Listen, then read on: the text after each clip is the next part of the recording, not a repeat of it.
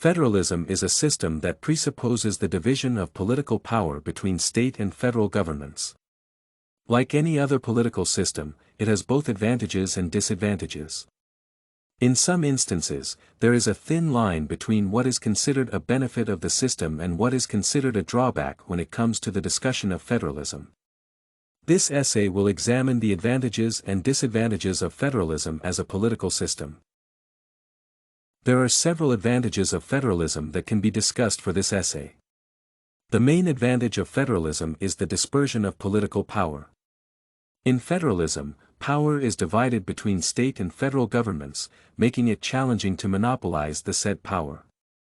For one political party or an individual to completely take over a country, it would require achieving an undisputed majority in all states. Even if this majority is reached, federalism prevents monopolization, as passing any bill that can significantly impact the country requires the majority of voters to support it. Federalism effectively diffuses power, making it impossible for any political party to exploit it.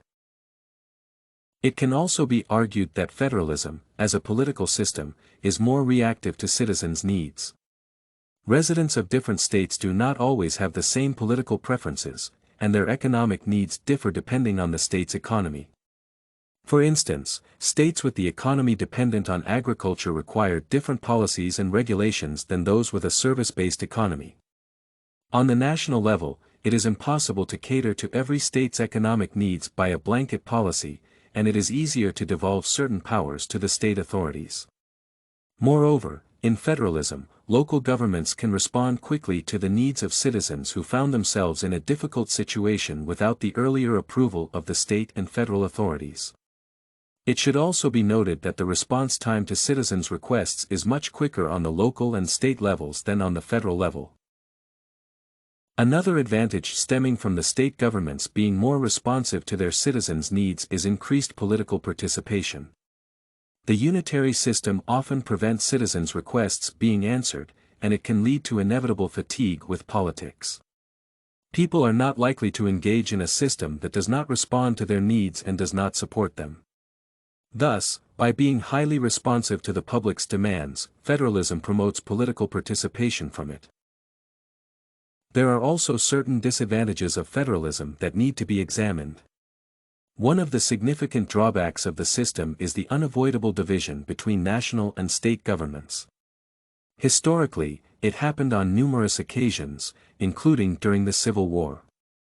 State authorities can disagree with a regulation passed by the national government and nullify it or challenge it in court, preventing the law from being implemented within the state's borders. If the state and federal authorities cannot agree on an issue, it will inevitably affect the state's citizens. Furthermore, this can lead to certain undemocratic practices being reinforced by the government. Local and state governments can pass laws deemed undemocratic by other states and the federal government. However, overruling it will take time and can lead to further conflict between the divided authorities. Finally, federalism is a democratic system, and it protects the choice of the majority. This can put the minority of voters at a severe disadvantage if the state does not consider their rights and needs vital and does not consider protecting them. Overall, federalism is a political system with both advantages and disadvantages.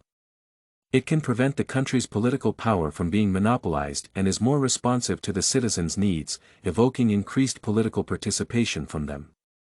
It has certain drawbacks, including the separation between state and federal authorities, possible support of undemocratic practices, and limited support of minorities. Nevertheless, the careful balance between state and federal governments can result in a stable political situation. This and many other essays are available at studycorgi.com.